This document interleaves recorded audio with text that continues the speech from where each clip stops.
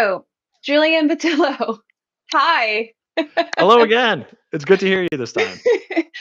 Okay, so you started in the industry in 2015-ish, right? Yes, yes, I did. I was around the same age as you when you started. I think you Yeah, were 21, right? yeah, I was 21. Wow. 21. Yeah. Um when you're 21, you think you're an adult. I look back and go, nah, I don't know. I don't know if I should be considered an adult at 21, but I started. And boy, I can tell you, it was definitely an uphill battle for me. I don't know how it was for you when you first started, but it was very intimidating. Did you have braces? Because I definitely did, and it did not help.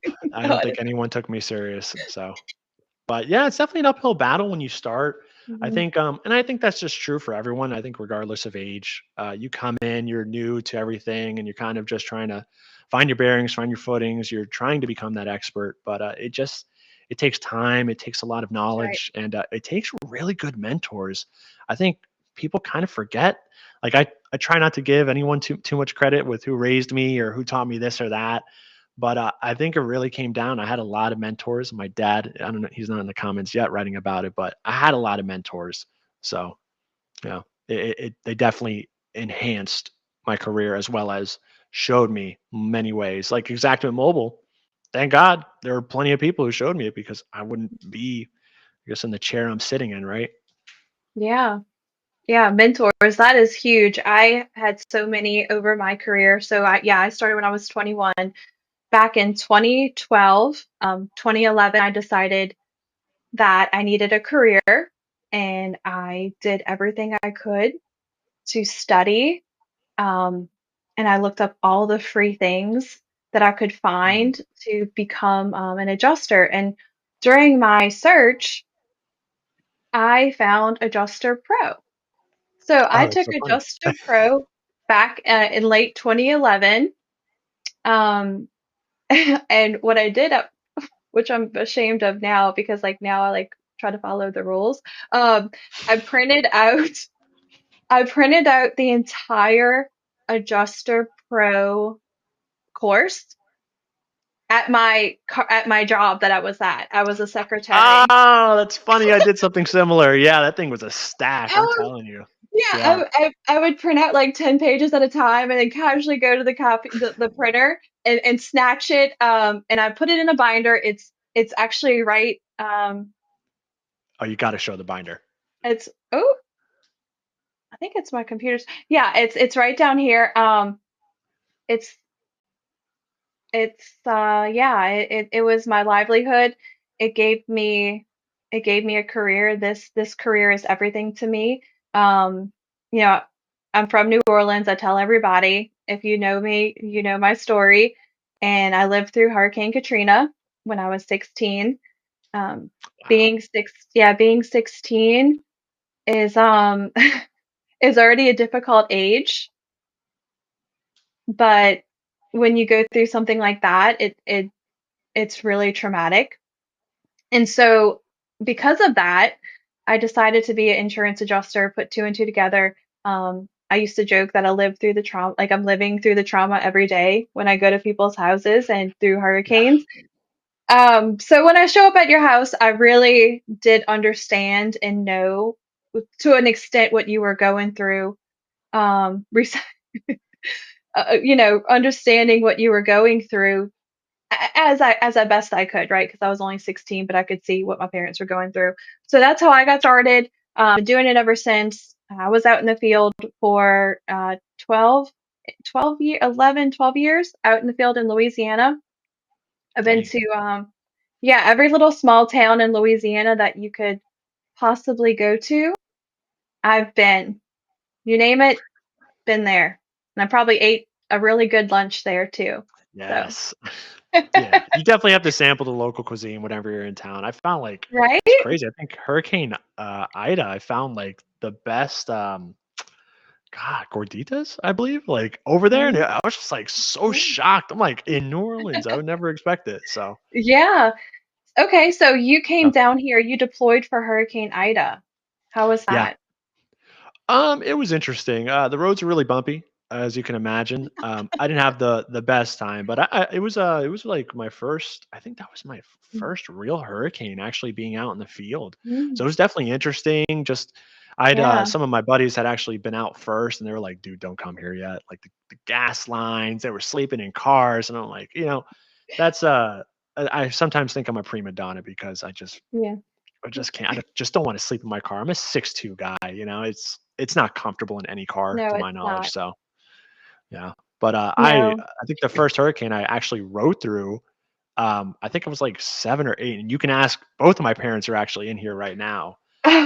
But yeah, we were in Hurricane Charlie, I believe, and Mhm. dad or mom, you can attest to that. But it was difficult just when the power goes Mhm. out and the wind's howling. Mhm. It's incredible, and the damage and devastation it can cause Mhm. is unreal. So, but It is. it's funny, just not funny. It's almost like a weird moment to think like, oh, we had maybe an adjuster come out, and then Yeah. now I'm like in that position. So it's just I don't know. I don't think any kid grows up like, I want to be an insurance adjuster. Like I'm made for that. It's like, no, dude, I want to be like I don't know, cop or fireman. I don't know. So, Mhm. but it's kind of Yeah. cool how like I think Joshua even said it too in one of your interviews. I watched them. But he was talking about how everyone's story is as unique as their fingerprint. I was just like, that's such a great point of view. It absolutely is. Mhm. So It is. It is. And I always love asking that question to everyone I meet because sometimes they do shock me and they go, "Well, I heard you can make good money." yeah, And don't they that all? yeah, money is great and I'm all for making money. I love nice things. I love having microphones that work. So it looks Me like I'm too. about to go upgrade. Okay, in full transparency, I got that at Target for like on sale for like $10 clearance. So my fault. Yeah, yeah, My fault. But when I hear adjusters speak first about the financial aspect of this career, it as cheesy as it sounds, it kind of hurts my heart. It hurts me because that is not why I got into it. I mean, obviously I wanted a career, but this job, it's so much more than writing claims and getting a paycheck. It's a lifestyle, it's an experience. And if you're not feeling that way, then you're missing out on what this career really is. Wouldn't you agree? oh yeah. I mean, just like don't get me wrong. I mean, nobody's doing this for free. At the end of the day, we're all providing a service, but I Mhm. think it kind of comes off as like it's like almost paying a compliment through the teeth. Flattery. Nobody wants to be flattered. It just sounds insincere. So when you're Yeah. actually out there, like trying to make a difference in the field, like the experience that you give to your insureds as well as to the carrier, to the IA company, it'll come back whether or not it be good or bad. You do have the Yeah. opportunity to make a good amount of money, but you also get to bond with, not maybe not so much bond with people, but really like hear Mhm. their stories, hear what they're going through. And it's always weird when the insureds are super thankful. You got roofs ripped off, like, oh, we're just happy that we still have our house standing and everything, even though we're going to pay potentially policy limits.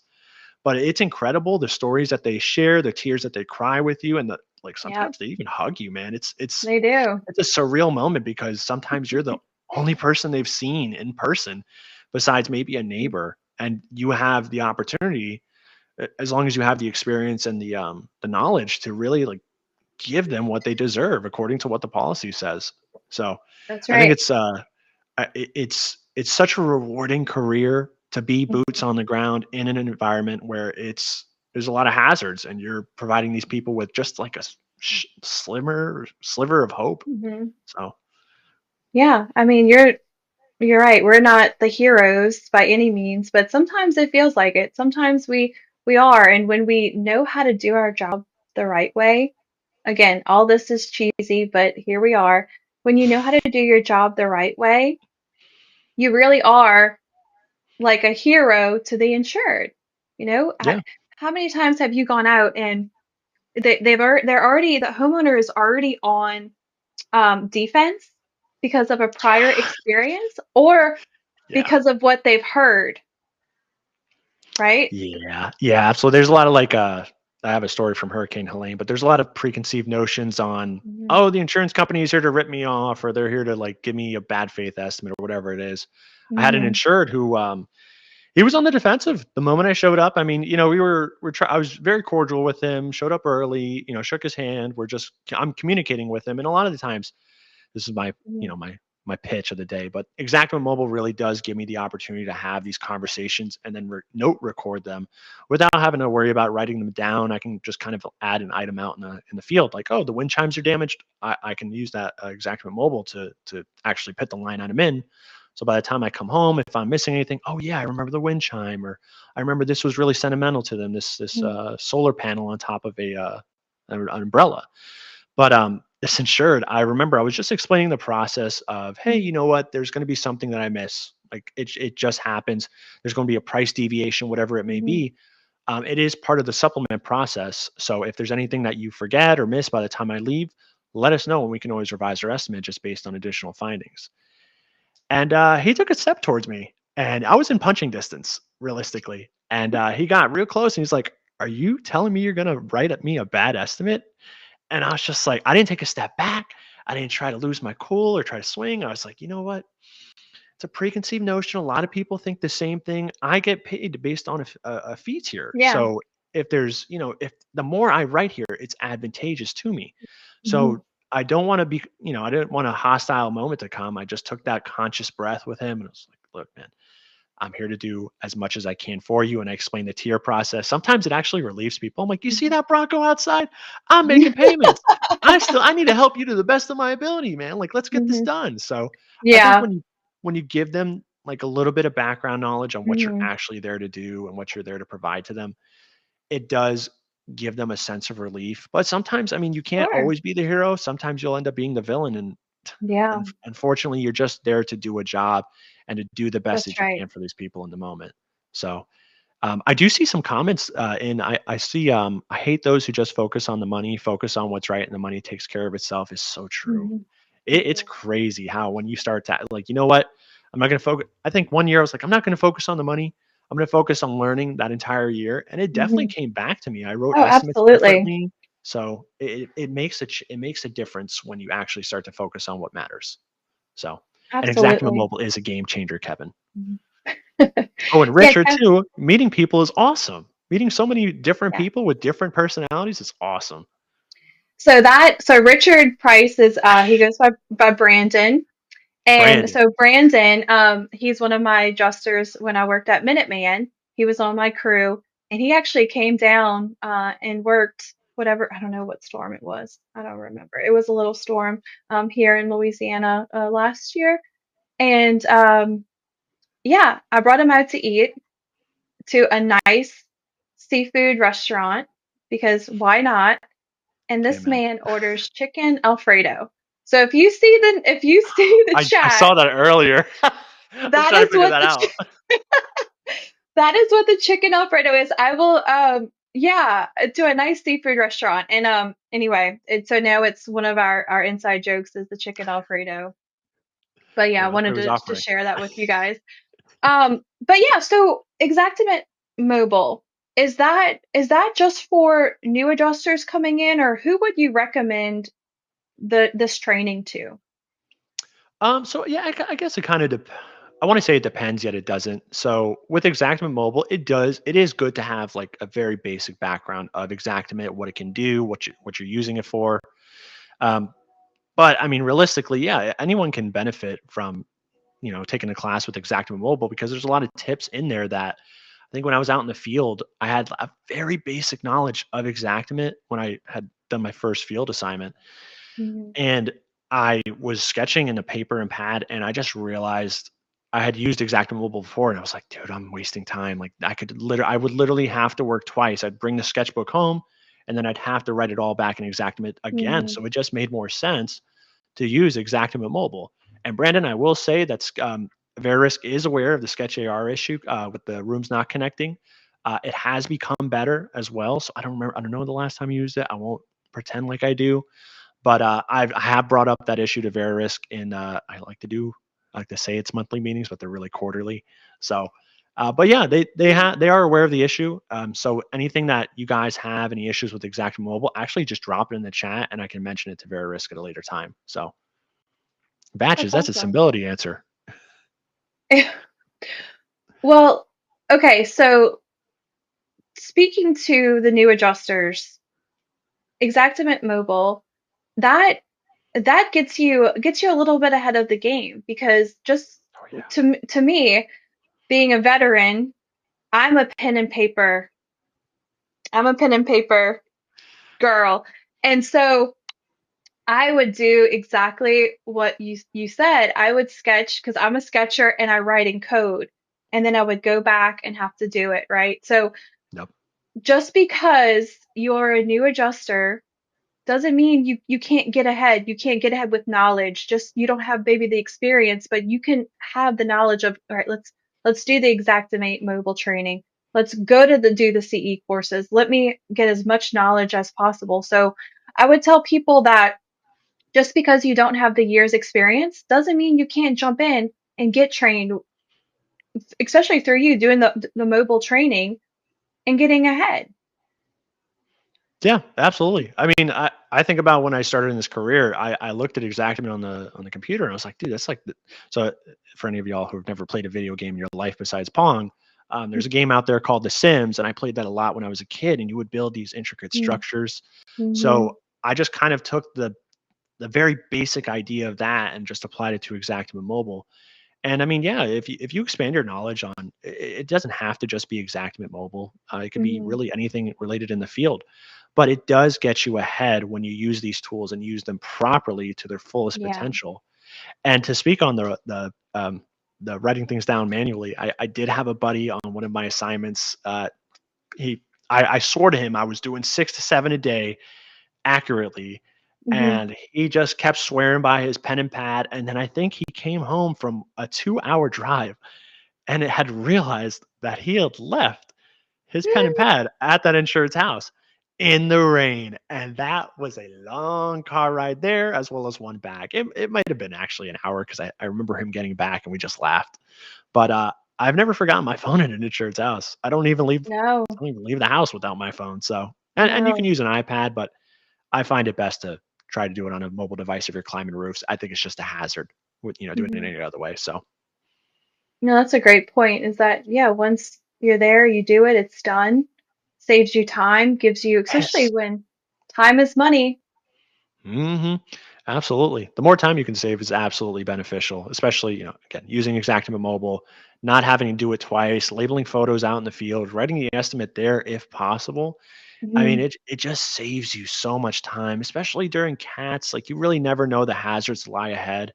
I think during Yeah, Helene, I had written a couple estimates in the car, and then I go down to from Asheville to Hendersonville, and it took me 3 4 hours to get back to the house. But I knew at least that my estimates were written, and God yeah. bless, 'cause I can't imagine it doing it any other way.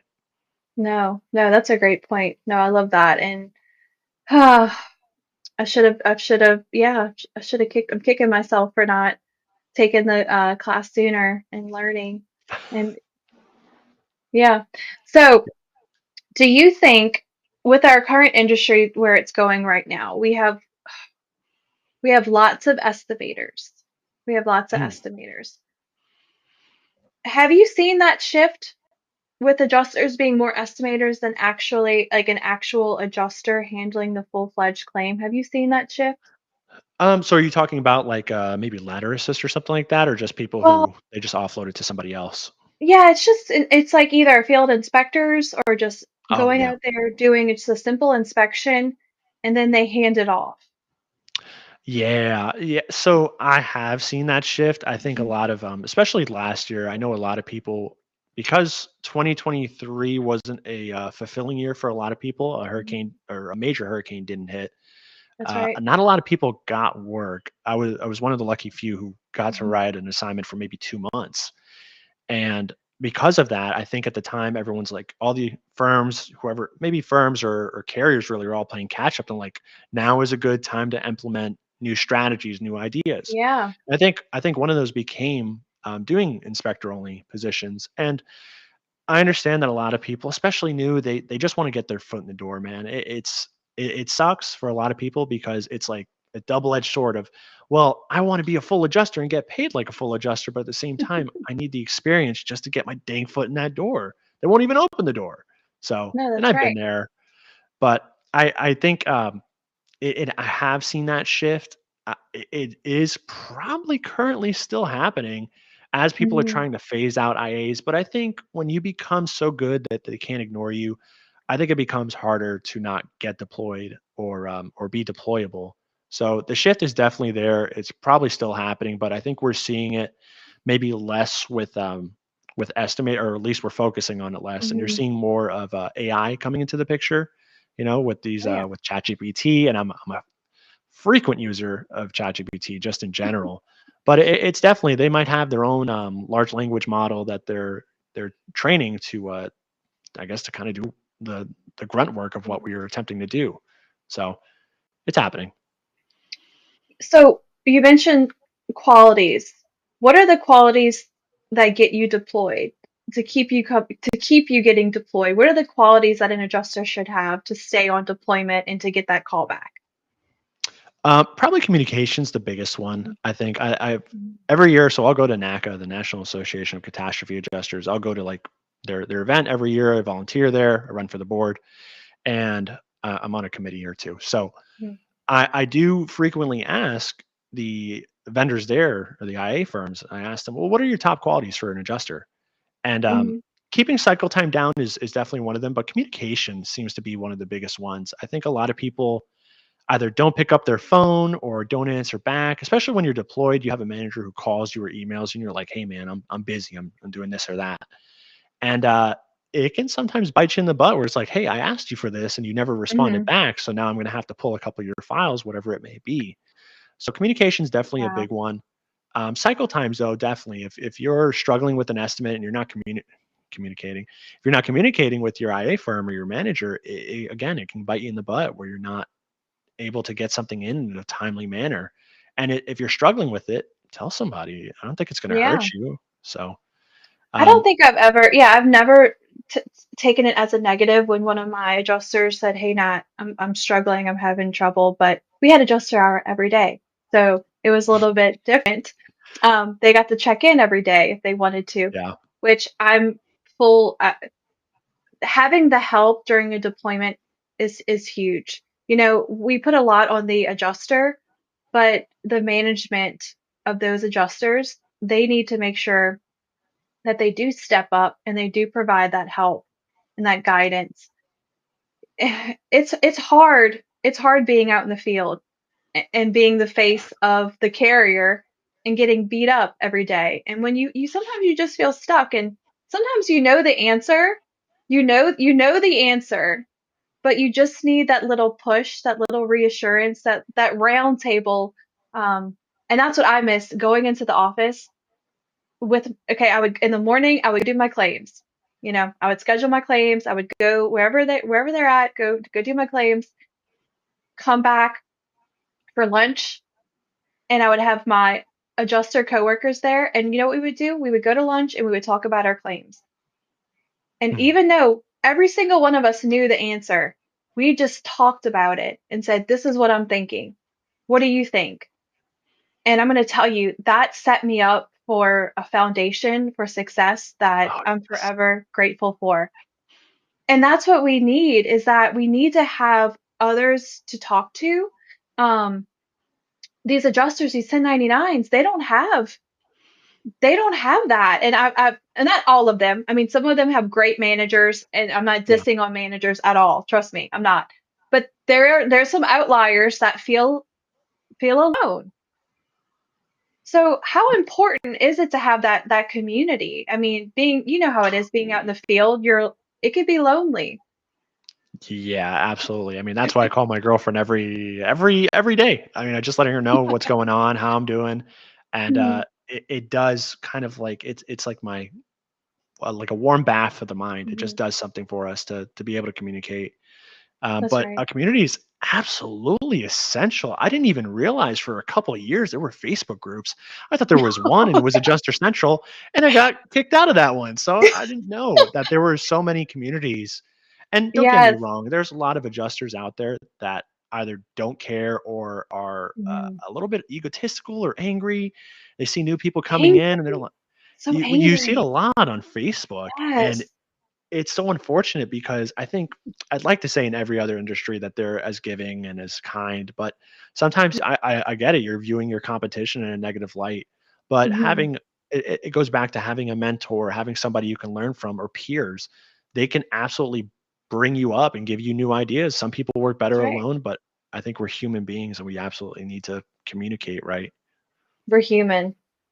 I've Yeah. learned that recently is that I'm human. I need to understand that I can't do everything I want to do all the time. I have all these great ideas and goals, but I think everyone, even if you are a field adjuster, you can still set goals and uh, have a plan. I know a field adjuster mindset is, look, I'm a field adjuster. I'm going to be one till the day I die. And they're there. You know who I'm talking about, and it's okay to be vulnerable and go, okay, yeah, the industry is changing. I need to evolve. I need to learn. I need to get out of my shell. Go to the events. I'm the biggest. Yes. Go to the events. Get a friend, get a running buddy, get an adjusting buddy that y'all are in this together. There's more than enough claims to go around when the time Yep. comes. And what's special about you, you're going to stick out. Being your authentic self, communicating, like you said, asking for help, helping others, all that's going to come back around where you're going to be successful. We don't have to be, someone called me the other day and said, we don't have to be competition.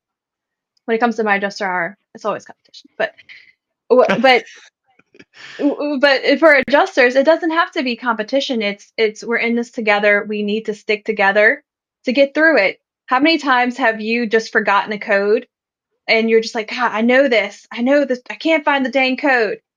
Yep. Um, let's find the code. So we have a question. This is a great one. How do you feel about drones? Oh, that's a great question. That's a So great question. I have recently been practicing. I'm still trying to find the time to work on my good, was it part 107? But I do think that it can absolutely be an essential tool. I Mm, remember we were at the rental Airbnb and I was flying the drone around the house and I just realized I was thinking to myself, I'm like, "Ah, I need my part 107. I absolutely need to start utilizing this when I mm, can because there's a lot of dangers with some of mm, these roofs. I have a roof that I remember I was at this one where it looked dry. It looked absolutely dry. I still put my cougar paws on, still had my pitch hopper. I was using it to get around. And all of a sudden, I slip on a part that I didn't realize was wet. I had no mm. idea. There are a lot of hazards, not only on the ground, but the roof. So I think drones can be utilized, especially with just being able to view the roof in general.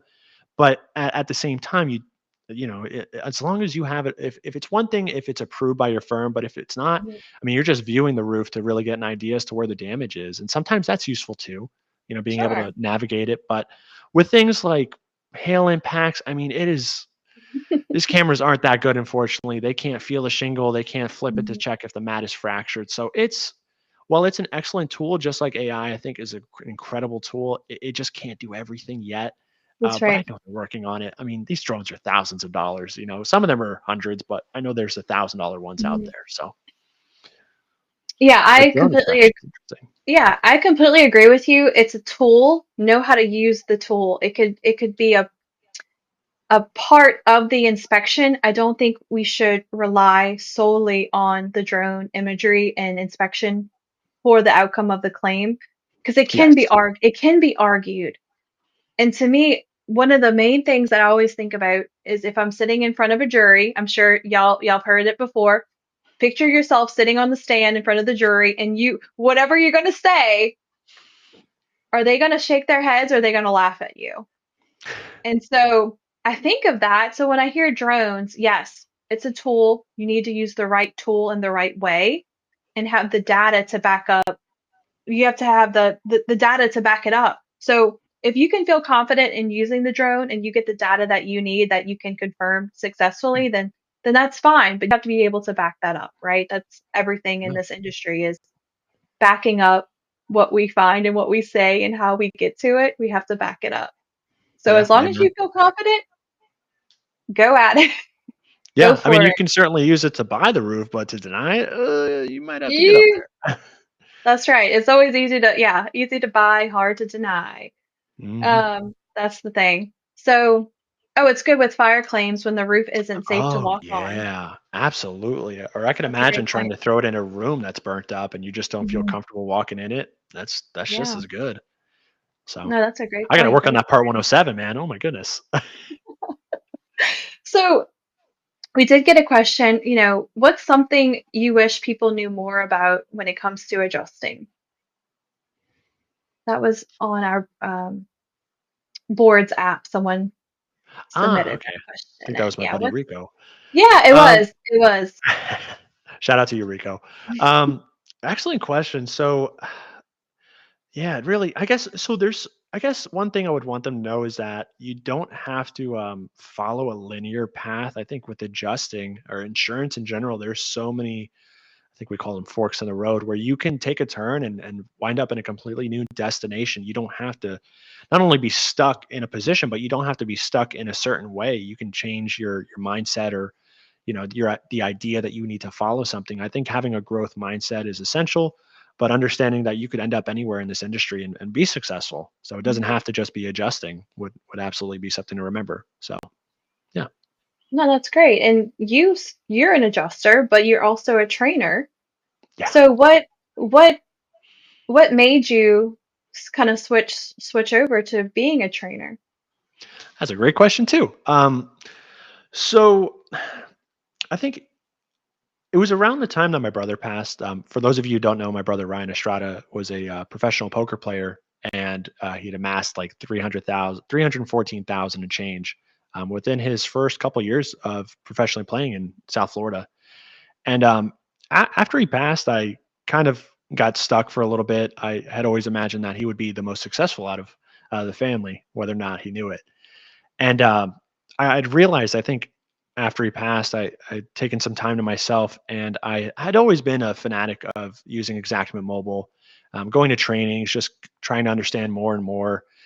And I think at one point, after I did an interview with Matt from Adjuster TV, Mhm. uh, I had brought up to this is weird. So I lived with the co-founder of Adjuster Pro for years, actually. Oh. Yeah, not even a family friend. It was super weird. I'll get into that story later, but basically, I was just bringing it up to them, and Mhm. I told them, I was like, I have an offer from somebody regarding Exactamente Mobile, and I think at that point they were like, dude, why don't you just come work with us? It's like, oh, dude, I never wanted to ask that. I think it's weird when you Mm. try to mix business with friendship, and Yeah. that's really what made me want the push. I think I'd always had like what Pablo from Adjuster Pro also calls a servant's heart. I think I always Mhm. imagined myself educating my father, James Badillo, had always educated me regardless of whether or not I wanted to hear it. But I had always learned something from somebody. Somebody was always imparting knowledge, and I always realized how important it was to me to not only take that knowledge, but to also share it. So Of I course. was always active in the adjuster groups too, and I was like, you know what, man, I'm just gonna do it. I'm just gonna jump in, see how it goes, and Mhm. I just started to craft. There was always people I learned from that I was like, I like what you're teaching, but I think you could do it differently, or you could add this component in, and that's kind of where I started with it. I devised a lesson plan based on what the things I had taught or were taught, but also Mhm. wanted to be taught. So I'd always been on I'd always been in the rows, but never in front of them, and I was always tired of doing some of these like lesson plans where somebody's just you can tell that they're not interested in what they're talking about. They're Yeah. not passionate. There's no highs and lows of their voice. It's just welcome back. We're gonna watch this video It's today the about worst. It's the and worst. it kills me. I was like, I know it's boring material sometimes, but do we have to keep it boring? Can we not just Mm. freshen it up or paint a pretty picture on it? So I Of think course.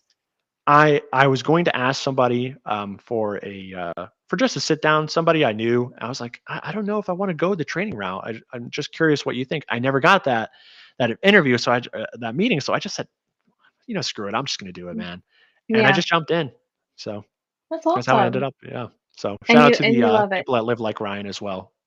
Oh, I Yeah. love So, that. but yeah, I absolutely love it. I think so with me, when I was in the field, I'd realized how many people that I could really touch, like how many of Mhm. them I could really give back to whatever community I was in, as long as the policy allowed me to and whatnot. But Yeah. I think I realized I had taken a step back. I was like, I have when I get claims, I get like 50 or whatever it is, and I feel like I leave a piece of myself with those people, and I impart knowledge while I'm there.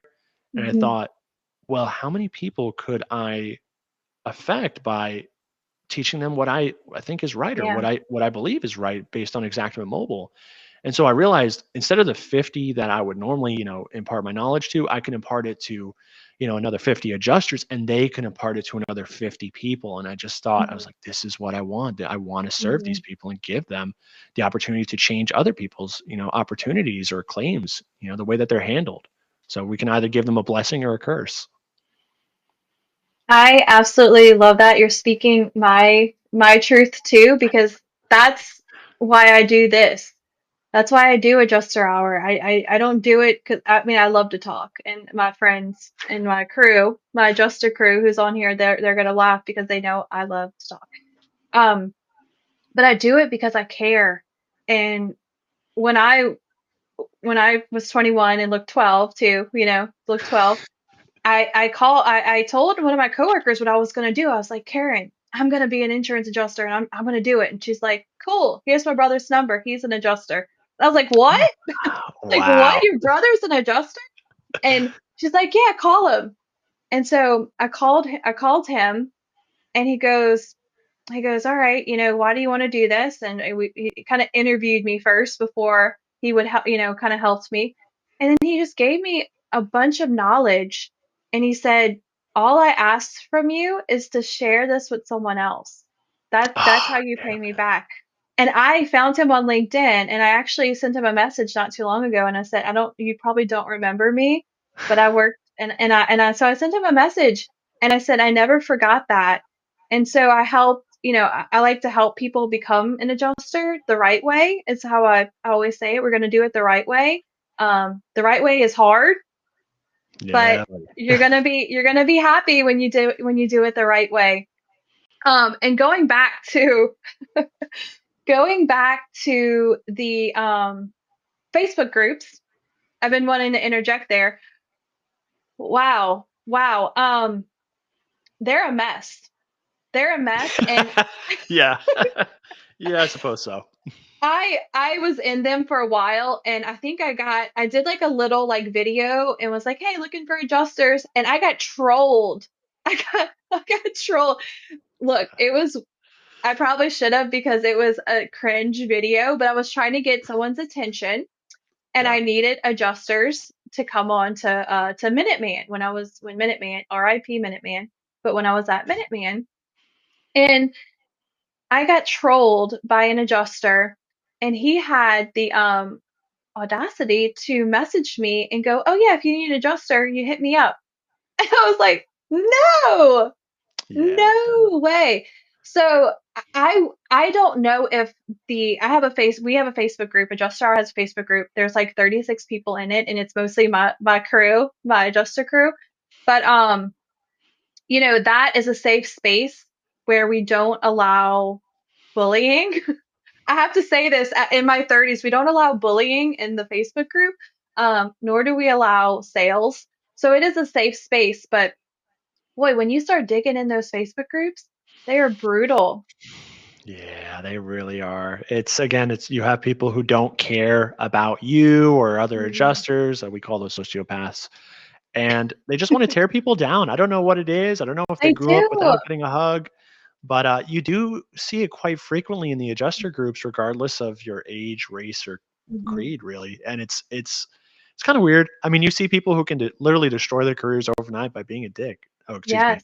So, No, that's but okay. realistically, that's what it is. It's you have a lot of people who just don't know how Mhm. to not say something kind. Um, and so, groups like yours, the community that you're Mhm. building, it's very admirable to Thank create a you. safe space. So, and Mhm. when we say safe space, we're not here to coddle you, where you say, "Oh, I can't get a Yeah. job." because you're not trying potentially. Yeah. But there are plenty of places where there Mhm. are safe spaces like yours, or shout out to the folks at Black and Brown Adjusters Network. They don't even ask you if whether or not you're black or brown. They invite everyone and provide a safe space to all to That's awesome. learn and to share experiences. And shout Mhm. out to Cecil. He loves to call people cousins, and I think that's the right attitude, that we should Yeah. all refer to each other as brother and sisters, because it's only one race and it's the human race. Mhm. So I think Yeah.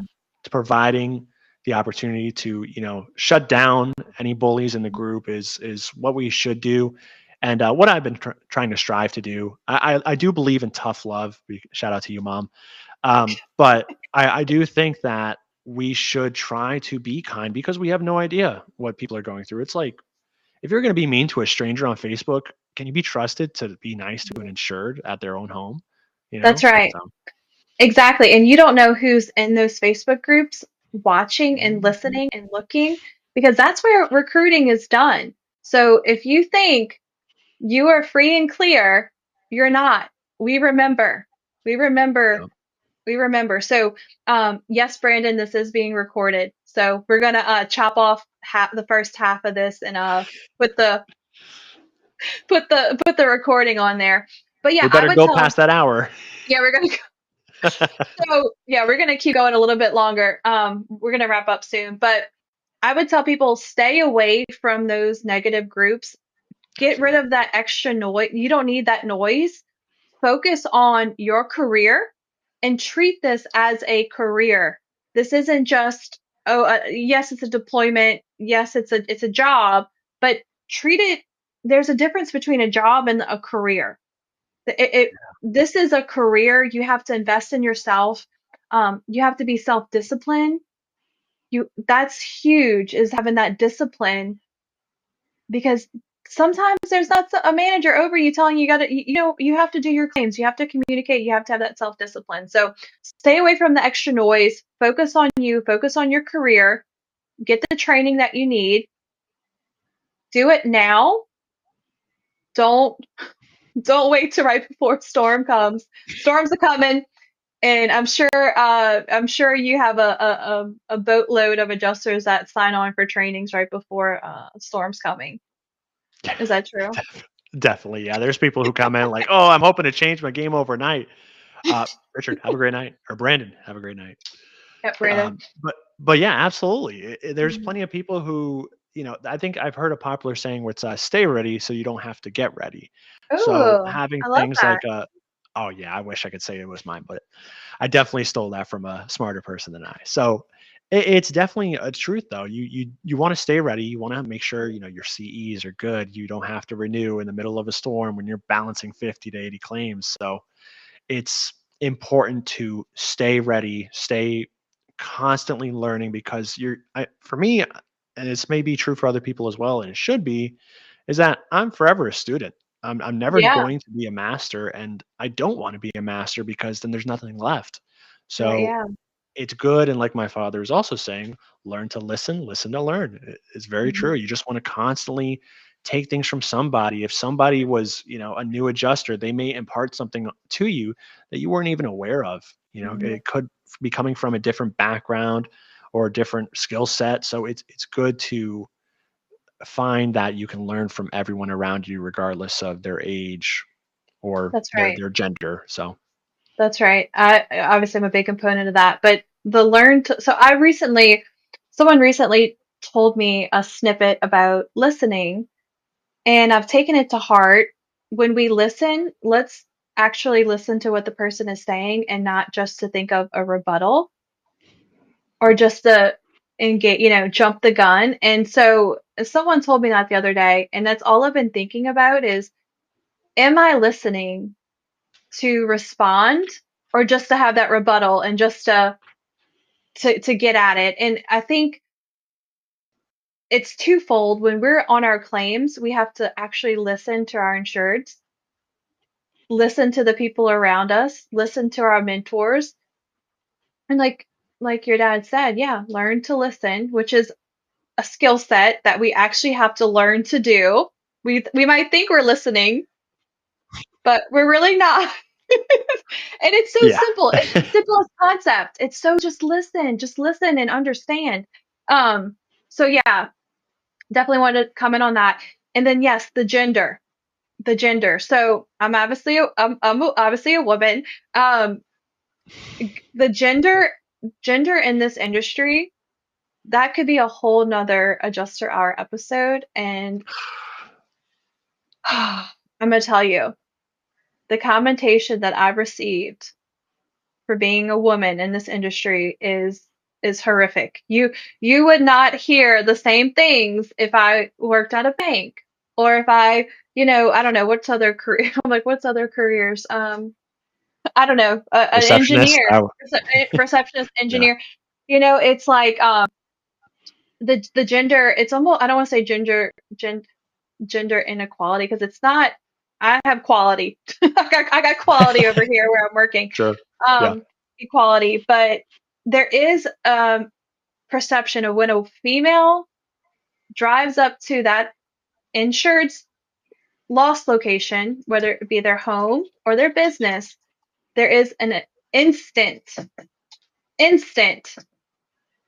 issue. And it's not just me. I've heard it from other women. And of course, the younger I look, when I first started, it was like, "Are you kidding me?" They were like, Yeah. "Is your dad coming?" And like, "Is your dad getting out the vehicle?" And so I want to encourage everyone, but especially women, obviously, to go for this career and to not listen to that noise and to trust your knowledge because some of the best adjusters that I've given assignments to and have worked alongside have been women. So let's not discount that. And you can do you can do this career. You can do this, but Oh, yeah. it's hard. Yeah, absolutely. I mean, I was raised, in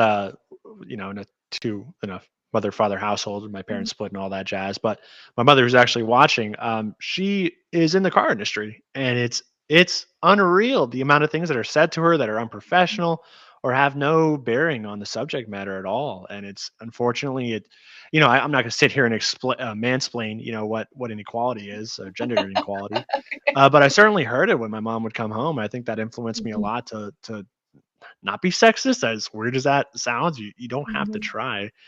Uh, but I mean, it unfortunately is a component, just like a Of component is course. racism and whatnot in the world. Mhm. But there's plenty of men and women that could teach you something. It really doesn't matter. Unfortunately, Mhm. there's a lot of Mhm. perceptions on The you need to be a perception. certain age or a certain Yes. gender to be a successful adjuster. But I will also plug Julie Ward from CNC. She has a podcast called Woman in Insurance, which I think you should Oh, also probably pop on one of these days. yeah. But there's a lot of women actually in the industry. I guess they're Mhm. just not as publicized, maybe. So at least you may not always see them at events. But if you look Mhm. at Black and Brown Adjusters Network, they have like 70% women and 30% men. So Oh, I think there are a wow. lot of women. Yeah, there's absolutely a lot of women who are interested in doing this, whether or not it be field or desk. But Yeah, they can find value in this, and they can absolutely succeed. Everyone can succeed in absolutely. this. Well, Everyone can most succeed. can. Yeah, it was, yeah, you got to have the heart. But yeah, it was being out in the field Right. is what was, yeah, the grit. Being out in the field was challenging, was very, very challenging, obviously. And then being in the southern, and you're from Arkansas, being in southern Oh, from New York, Louisiana. but yeah. Oh, you're from New York. Okay. Yeah. So being in southern Louisiana, um, and we won't get into it too much, but yeah, it's behind the times in Oh, I'm Louisiana. sure. Yeah, So, absolutely. it was challenging. So I like to say it gave me thick skin, but I'm okay with the thick skin that I had to endure because this job is hard. And it's prepared me for the career and the job I have now because this is a hard career and we have to be able to talk about it and have that community. So that being said, I'm going to ask you one more good question. This will be our last question. I've enjoyed talking to you so much. Yeah, But likewise. I want to know, what is the most crazy claim you've been on or encountered? Craziest. Oof. I Or like to say what, that they're not all crazy. unique? Yeah, unique. So, um, I guess this is different than like actually being on the claim. So, and I'll tell the story and you tell me if it counts. So, I had finished up. I was in Tennessee, and I remember finishing up and leaving the claim, and I was headed home for the day, or maybe just hopefully to the next one.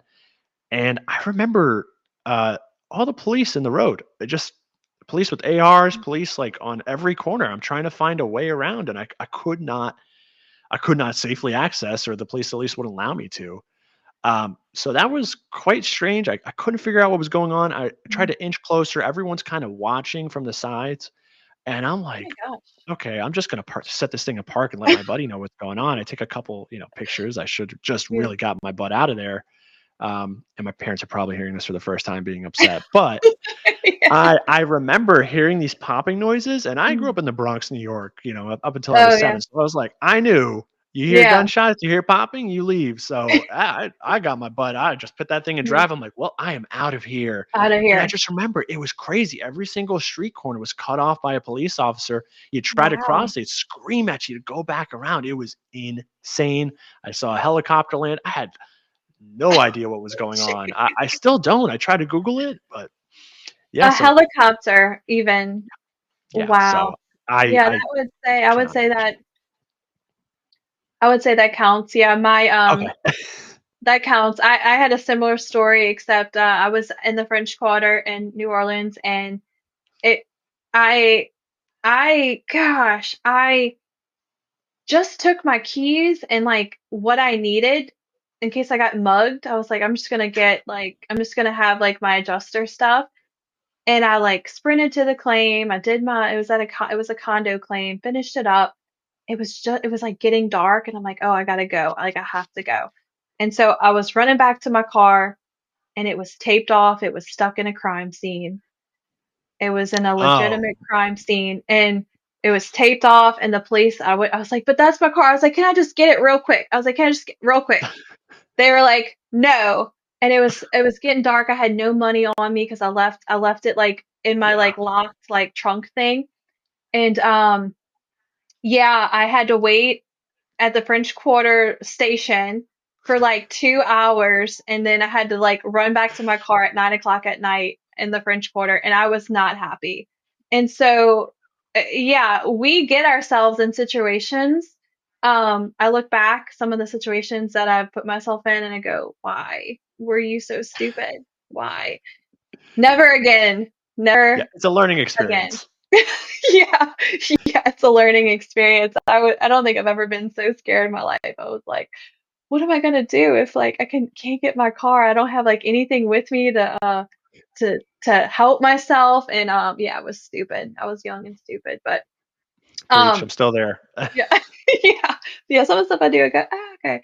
But yeah, so women hold a majority in the claims adjuster industry. I would definitely say there's lots of desk adjusters, workers' comp, liability adjusters, female. Um, Property, I remember when I first started a contractor, when I would call a contractor to meet on site, he would go, "Are you so and so or are you Julia?" And I'm like, "No, I'm not," because there was only two of us down here that Ah. he knew of. And it Yeah, was, I was like, "No, this isn't Julia. This is Natalie." He's like, "I haven't met you yet." I'm like, "Yeah, no, I haven't met you yet either." But that's how minimal it was, 14 years ago. It wasn't all these people in the field. So I encourage the female adjusters to get out in the field and and get at it. So yeah, absolutely.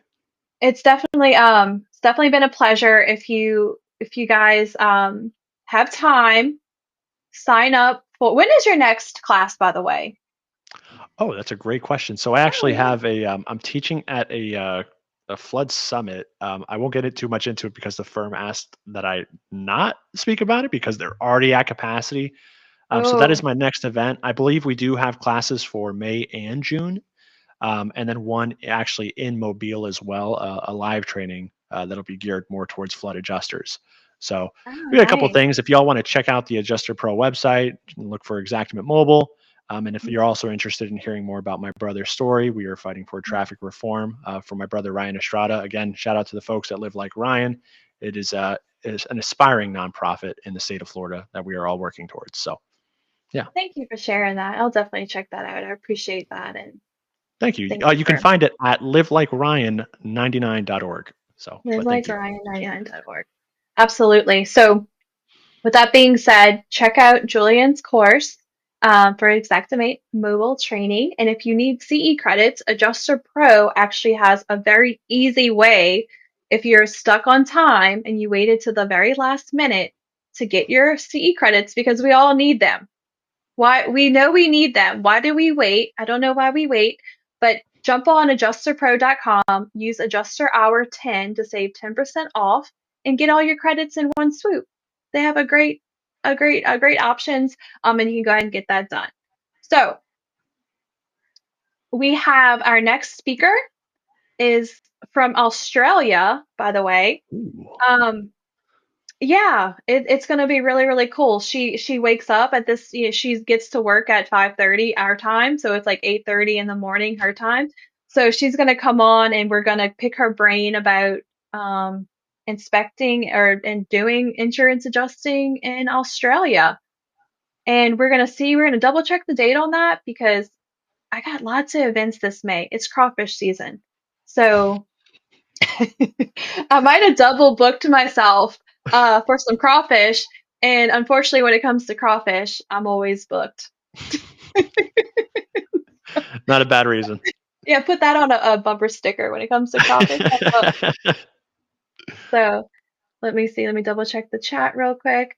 But yeah, I hope you guys had a great time. I truly enjoyed talking to you. I wish we could just talk all night. And thank you guys for being patient with the audio. Y'all are so kind and so sweet. And yeah, I with that being said, we'll call it a night. Thank you so much, Absolutely. Julian, and I will talk to you guys soon. Bye. Absolutely. Thank you for having me, Nat. Yep, bye.